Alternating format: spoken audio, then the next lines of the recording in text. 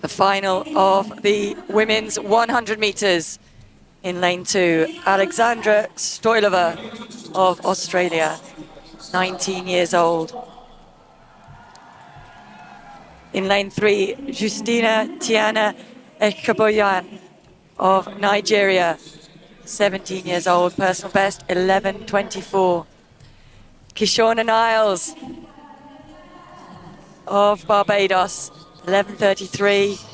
Very much a 100-meter runner, improving so much all through this year. Lane 5 for Great Britain and Northern Ireland, Naya Wedderburn-Goodison, been training in Jamaica, European under-18 champion.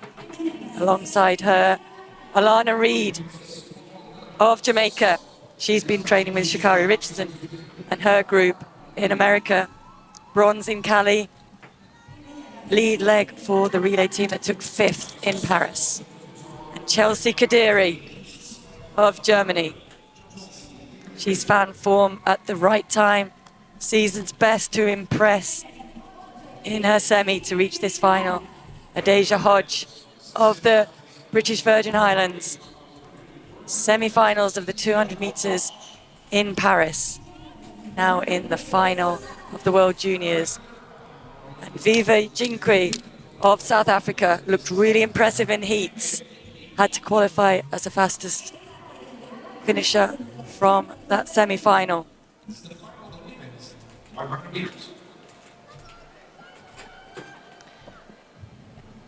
Eight women, fastest qualifiers in those central lanes there. Niles, Reid, Wedderburn-Goodison. Battling it out for this title.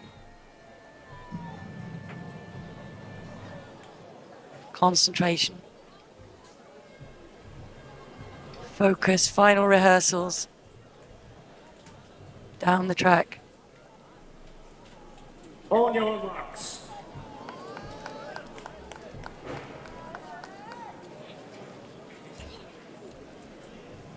Fast psyching up, settling into the blocks. The final of the women's 100 meters here in Lima at the World Junior Athletics Championships.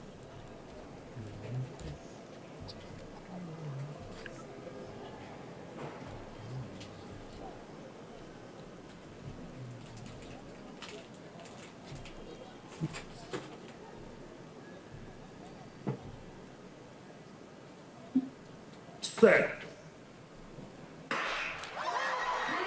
Good start from Alana Reid, who seems to hold the lead slightly at the moment. Can she maintain that? Hodge battling to get back on terms. Wedderburn-Goodison trying to get up there. Hodge could not get back to Alana Reid, who took it on the line. Niles it was who took the bronze medal, 11:18. She does improve on her bronze from Cali, and she takes home the gold medal this time. Congratulations to Alana Reid. Hodge of the British Virgin Islands takes the silver medal, 11:27, and Niles for Kishorna Niles for Barbados does take that bronze medal position. 4th for Naya Wedderburn-Goodison, and Jinkwi came up for 5th, Kadiri in 6th.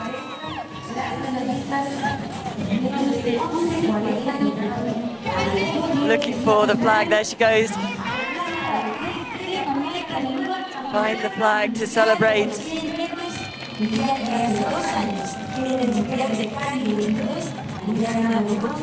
Big smiles, as there should be. She ran the lead-off leg for that Jamaican team, finished 5th in Paris. I'm sure has topped that now by taking home the title to Jamaica. That is the first Jamaican gold medal of these World Junior Championships.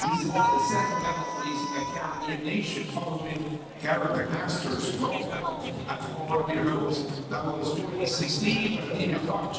Now bring that in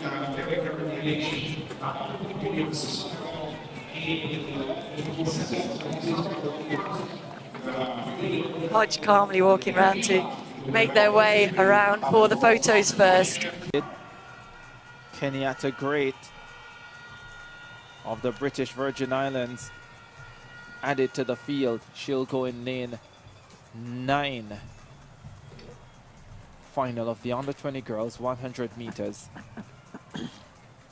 Alana Reid, the outstanding 10-9-2 winner of the Boys and Girls Championships in Jamaica. Another outstanding favorite, lines up in lane number 5. Confirmation of the list. Have qualified comfortably. Frederick looking very strong at the end of her races. She's 4.95, lane number 4 from Trinidad and Tobago. Love the look of Frederick. Can't sleep on her. But Alana Reid is class. In the field too, Chantalia Dorset, second in the under-17s last year to Hodge, has made it to the final under 20 in her first year in the group. Under 20 girls 100 final. Lane 4, Sana Frederick, Trinidad and Tobago. 11:52 to get into this final. Second fastest, 11:54. Alana Reid in her semi-final, but she was cruising from about 50 meters out. That was a stroll. She'll go faster now in the final.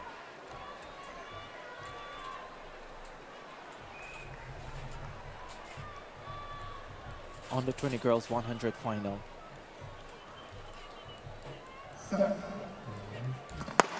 Off they go. Alana Reid got up well for Jamaica.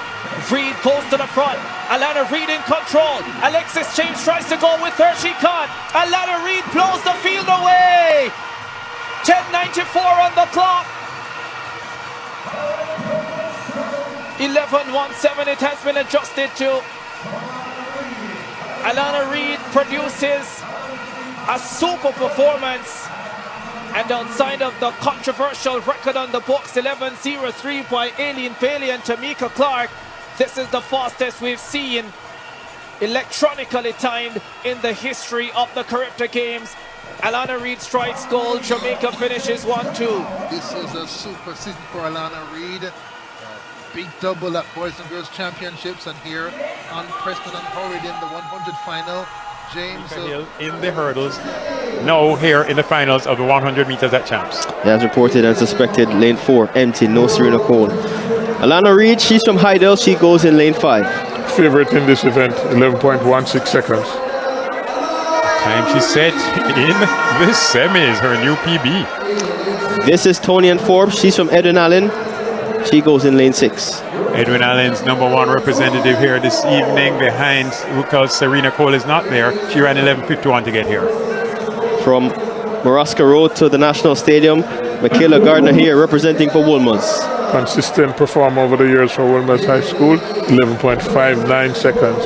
Sweet sprinter, Kamaria Knight, she is from St. Catherine. Another opportunity for the Prime Minister of Jamaica, Andrew Holness, to celebrate with St. Catherine. 11:55 is the time that young knight took to get to this final.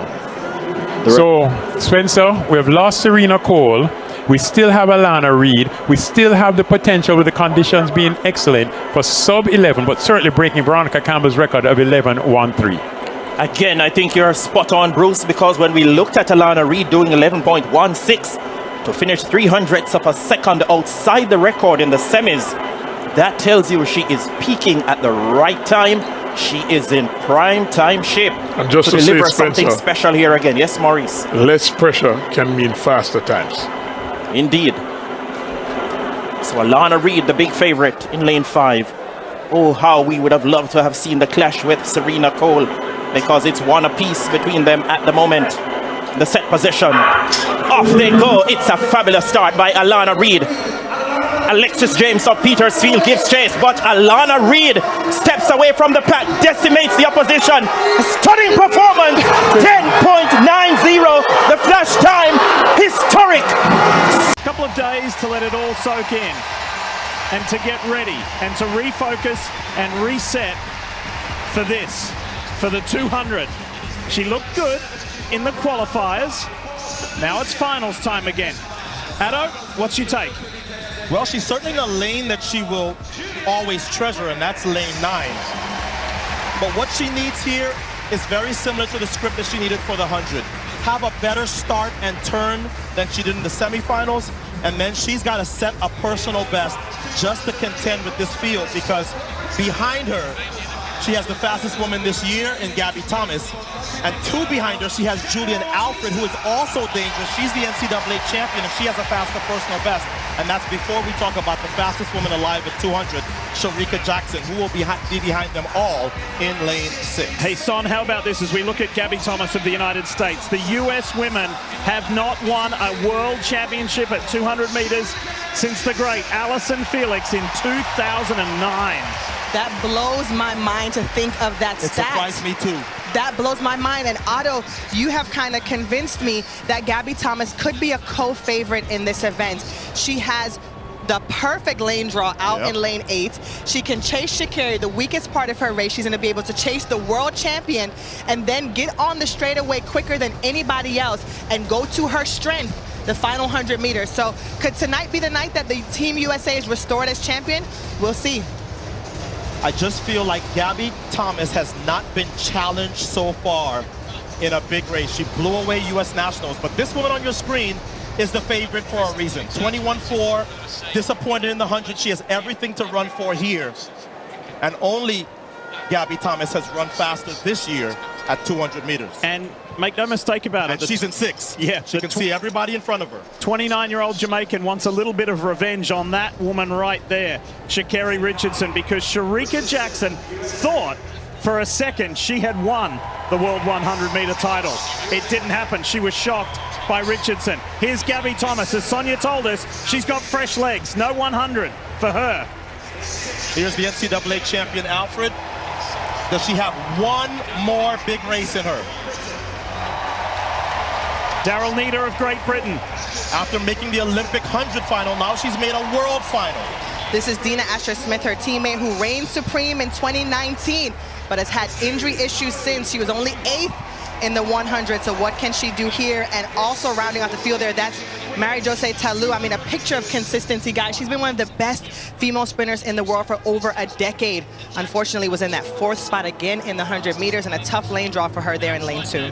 One thing is for sure, I feel like the medals are going to come from the outside lanes. We keep saying it. We haven't had a bad final yet in the field event or on the track, and this is guaranteed to be another. Women's 200 final away. Shericka Jackson, Sha'Carri Richardson on the outside. As already been passed, here comes the world champion Jackson. Shericka Jackson into the home straight. She has put her stamp on this event. She's going to go back-to-back for Jamaica. The first is Melanie Money, and she crosses in 21:41. Wow, that is a late record. She is now just 0.07 of a second away as Gabby Thomas gets the silver and Sha'Carri hands on for her 2nd medal at these Worlds. That wasn't even close, Otto, and I could tell the way that she ran the 100, she was in the middle of the track, all of her chief competition in front of her, she executed to perfection. We just witnessed the 2nd fastest time ever run, and it was at a World Championship final. Oh my goodness, just phenomenal running for these women. Look at Gabby Thomas, her mouth is wide open, she can't believe it. It's Jamaica, the United States, and 0.4 of a second in sprinting is a mile. That is as big of a margin of victory as you will see in a sprint event in history at these World Championships. We'll crunch the numbers, but wow, for a race that we thought, well, maybe somebody gets close, no contest, Jackson by a mile. And that's the last time you convinced me to change my favorite. Shericka Jackson looked amazing, but Otto, you also called it. Sha'Carri Richardson would need to run a personal best, and she did, and she got a bronze medal. So she's leaving here with a gold and a bronze. This is a phenomenal first World Championship for the young superstar. So here's another look. Shericka Jackson 4th from the left, was playing no games tonight. I think she would have been frustrated by her inability to win the 100. And man, she came off of that turn and it was goodbye rest of the world. Gabby Thomas tried to charge late, but that's a lot of space in between the Jamaican world champion from last year and the rest of the world. So she repeats and defends her title from Eugene. And the other women who run the 200 in the world know now, if you are not ready to run 21.4, you have no chance. 5th world title in the 100 meter to Jamaica's legendary Shelly-Ann Fraser-Pryce. She is in this 3rd and final semi. And Sonia, she's been having some fun at these world championships, as she told Al Lewis Johnson last night, with her hair. Oh, yeah, and I mean, you know I love the track, but I might love this a little bit more. Shelly-Ann Fraser-Pryce, she has a hairline called Shelly Beauty, and she said she packed 10 wigs for the championship. I love it. She had a whole bag for her hair care, and every single day she has a different color. And I think this is just so impactful for young girls who see themselves in Shelly-Ann when they see her out here fully being herself and embracing her passions on and off the track. So undisputed. You got to hear this. Undisputed greatest of all time in the 100. She won her 5th 100-meter title, the only woman to win 5 world titles in the same individual event. Just absolutely incredible.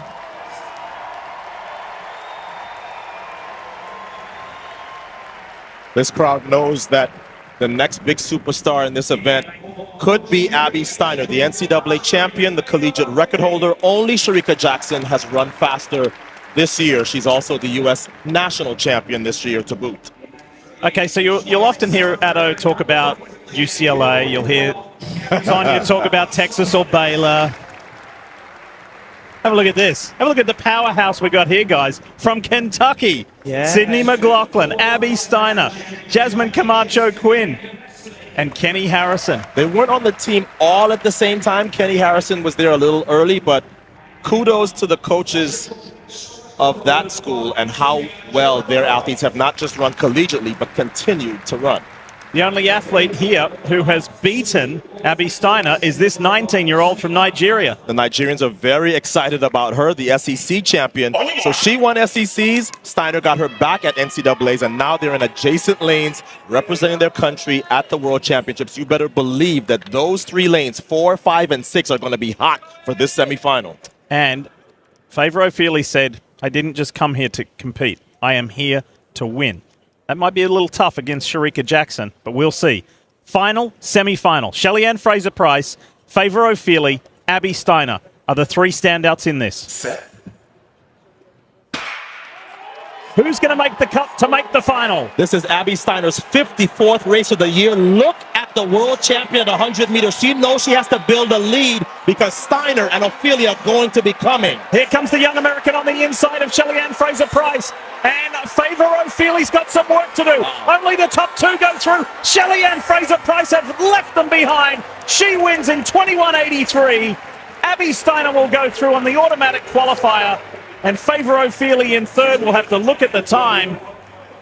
Wow. Shelly-Ann Fraser-Pryce said, no way, not here. I'm not getting beaten. I won my 2nd gold medal at these World Championships. Prior to last year, Shelly-Ann Fraser-Pryce had never broken 22. I wasn't sure if she was a medal contender at this meet.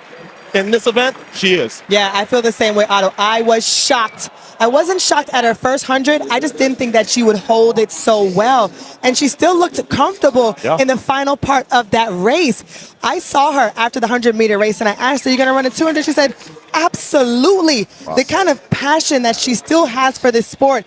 After going from the pocket rocket to mommy rocket, after dominating still in the 100, to see how much she still loves to compete, it is so admirable. How good was that race? Her personal best is 21.79. She just ran within 300s. And how did she do it?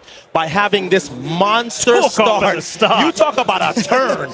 She ran a turn. She almost straightened the turn. And then we thought, okay, maybe Steiner and O'Feely come back at her. No such happenings. The 100-meter world champion looks like she's going to be in the conversation for a 200-meter medal as well. And think about this for these 2 young women in the middle of the track. Favour O'Feely in the green and Team USA's Abby Steiner. This is important for them from a respect standpoint. And as far as age, for Steiner, she's giving away 13 years to Shelly-Ann Fraser-Pryce, and for Favour O'Feely is giving away 16 years. Wow. And at 35, Shelly-Ann Fraser-Pryce may have never looked better. Let me tell you something about Shelly-Ann Fraser-Pryce. You don't get 10 world championship goals without having a precise plan. She would have seen this lane draw yesterday and known, I know that Steiner and O'Feely can run me down, but not if I put so much space between me and them in the first half that they have something to think about. And man, she took these collegians to school in this semifinal. 21-8, Shelly-Ann Fraser-Pryce is ready for the final. Now you know why she's known as the Mummy Rocket. You just saw it. Season best for Shelly-Ann, Abby Steiner, Favour O'Feely, and both the women on the automatic qualifier are without Lewis Johnson. Lewis? Catching their breath. And so, Mommy Rocket, as everybody's calling you upstairs, how did you have all this speed and then be able to hold on to it in the second half of the race, after the 100 meters as well? Yeah, I use what I have to my advantage. That's the first 100. So I tried to get out because I know speed was behind me. So I tried to get out. Jackson followed through to qualify automatically for this final. This is where it matters, eh? The big one. Yeah, the big one indeed. This is for all the marbles here at National Championship. And it's time for all comers. Her sister, Tina Clayton, sitting on the side, watching the women's 100-meter final. Shelly-Ann Fraser-Pryce in her final Olympic trial, 100-meter final here at the National Stadium, looking to go out with a bang. There's a problem in lane 7.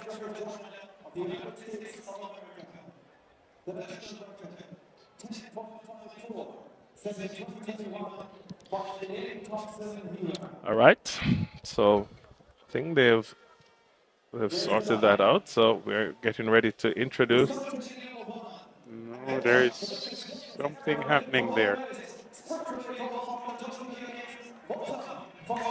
All right, so they've been asked to stride out for a bit while the officials sort out whatever problem there is in lane number 7. That's Natasha Morrison's lane. But this field full of quality, a lot of... Okay, something is happening. We don't know, but I saw action and activity around lane 7. A number of officials were talking to Natasha, and they're coming back to her. If you can zoom in on lane 7, they're taking Natasha off. But I'm glad that she's fine. I wondered when I saw the officials around her if she was feeling ill, which is quite different than having a cut on your hand. You don't want any distractions, but that's certainly a lot better. And again, one of the main courses. We've seen some big PBs so far. So here we go in lane number 1, Brianna Williams. Yeah, youngest ever Olympic medalist for Jamaica. In the 4x1, got gold in Tokyo, the double world junior champion back in 2018. Lane 2, Sasha Lee Forbes representing Sprint Tech. Yes, Sasha Lee Forbes, a big star for Sprint Tech, trains with Maurice Wilson, has done 10.96 rather, 11.03 in the heats. She's ready for a big final. Lane 3, a massive personal best in the semi-final, Tia Clayton from MVP Track Club. Yeah, she is stupendous. Hello, brothers and sisters. Now, I'm doing this video to actually congratulate and acknowledge the black talents that we have had in our black countries, that is Caribbean, in the US, in the diaspora, I mean, and in Africa. These are the people who have put our countries on the map, and they have done all they can to make sure that our countries are well represented when it comes to the world stage. Now, growing up, I used to listen to songs like the ones that belong to Bob Marley. Growing up, I used to watch Usain Bolt in the Olympics and in Commonwealth Games. And these are individuals who have made it for our countries and for our race to be well represented and well to be respected. Now, you all know Muhammad Ali, one of the greatest kickboxers. These are the people who have actually made black people proud in one way or the other. Now, sometimes these people get old, and we need some great talents to continue boosting and putting the countries on the map and making sure that they remain the pride of our countries. Now, we know some countries in the world because of a given field. For example, we know Jamaica because of the reggae. We know Jamaica because of athletes and all that stuff, you know. We know some countries. We know the US because of basketballs, and we've seen how the black fraternity, the black community has represented as well in that field. Now, growing up, we actually recognize some countries with whatever they do. And for example, in Africa, two countries are known for producing some good athletes, and that is Kenya and Ethiopia, right? These are countries that are known for that. And in Africa, we also have countries that are known for producing some good footballers, those that play soccer, right? That is Ghana, Cameroon, and Nigeria. These countries have done well, and they have represented Africa and put Africa on the map. This is whatever I talk about. I talk about the black success that we've had for a long time. Now, Jamaica has never been left behind. Even after Usain Bolt retired, we've had people like Kishen Thompson, we've had Alana Reid, we have had so many names from Jamaica, and now we have people like we have young blood and young talents that are coming out to actually prove that Jamaica is not done, that we are still here to represent our country well. Now, we've had people like Sherika Jackson, and we've had so many others. And these are the people who are trying to put their countries on the map. These are the people, these are talents that wake up in the morning, practice a lot to make sure that the 2 minutes that they are going to run in the Olympics are well enough to represent and put Jamaica and the Caribbean on the map. Now, it is good that we see these young talents like Alana Reid. It is good that we are seeing these talents that are doing good. And this is just a wake-up call to the government that these talents need to be funded. I mean, to be financed. These talents need mentorship. They need to be mentored. And these talents also need support. It is good that the people of Jamaica recognize their own talents. The people in Africa recognize their own talents.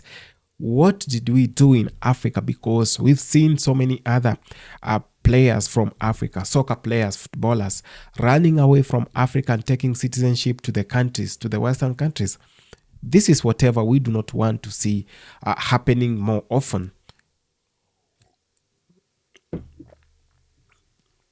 Because this only demeans our continent. This demeans the Caribbean.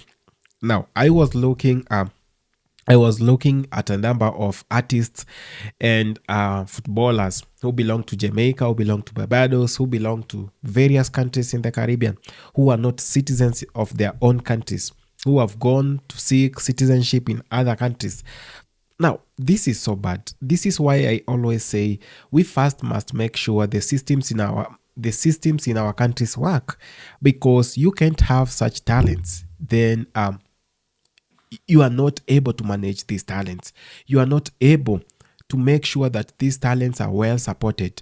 They need our support. They need people to be there for them. They need the government actually to put in policies that are going to make sure that the football leagues in these countries are doing well, and that the coaches that are being hired are very much professional and legends of the game, and that the government is building stadiums and the government is doing all it can to support these talents. I've seen so many countries in the Caribbean having so much talent. Those talents do not present them during the national events or international events. These talents are actually in the US, Mexico, Canada, and all these other countries. Now, if you go and check the French national team, you are going to be shocked, because it is 70% is made up of Africans, purely Africans who are born and raised in Africa. Those that feel like their countries in Africa do not support talents. Those that felt like their countries in Africa are not doing well enough to make sure that talents are well thriving and that talents can actually pay people as a job. Now, these have actually ran away. Now, I was watching a video of a trending. It was a trending video of the soccer team that comes from Nigeria, and all these other stars and legends were complaining that they were in a national stadium somewhere, and the government did not even cater for their meals, and they were booked few hotels, like few rooms than the number itself, So some who play in the major leagues in the world, those who have money, those who are financially stable, they were the one who were financing all the things that the team required. Yeah, you check out the population of Nigeria. It is 200 and something million people. You imagine the taxes that are being paid. You imagine their budget and how much they are going to spend in a year. Now, just having some few millions to support your team, to actually represent the country well, to put the country on the map well, because soccer is the most popular, football is the most popular game in the world, sports I mean. So when it is being well represented, this can actually attract investors. Now, I want to tell you a story that happened in 2010 and from 2008 to 2010 in South Africa. Now, the reason why South Africa is on the map nowadays is for the World Cup that took place in 2010 in South Africa. Now, the government did invest a lot. When I mean a lot, it invested a lot, because I saw a documentary where the government were talking, the government official was saying that they were even having scarcity of hotels. So the government had to chip in and build hotels that were going to be used during the World Cup, because the private sector itself could not manage all these things. So the government had to chip in, build stadium, build all this stuff. And in return, whatever happened after the 2010 World Cup in South Africa, the only country that ever hosts the World Cup in Africa. Now, it is that they received a lot of investors. And you look at South Africa right now, it looks like a country not in Africa, because of the development, the infrastructure that it has right now, because of all the things that happened after the 2010 World Cup. So it is good to actually invest in the talents that you have. Invest in the fields that will support talents in Africa. It is the only way we are going to get our countries better. It is the only way. Trust me not, we need to do better as a continent, as a country, and this is why we call upon our brothers and sisters that if it is good, you can invest in Africa. If it is good, you can invest in the Caribbean. This is where we belong, and this is who we are, and this is how we are going to make ourselves better, great, and this is how we are going to improve our countries. Our countries needs better, and we are the better that our country needs. Thank you so much for having taken our time to watch this video. I appreciate so much, brothers and sisters. If it's your first time on the channel, please consider subscribing, sharing, commenting, and liking this video.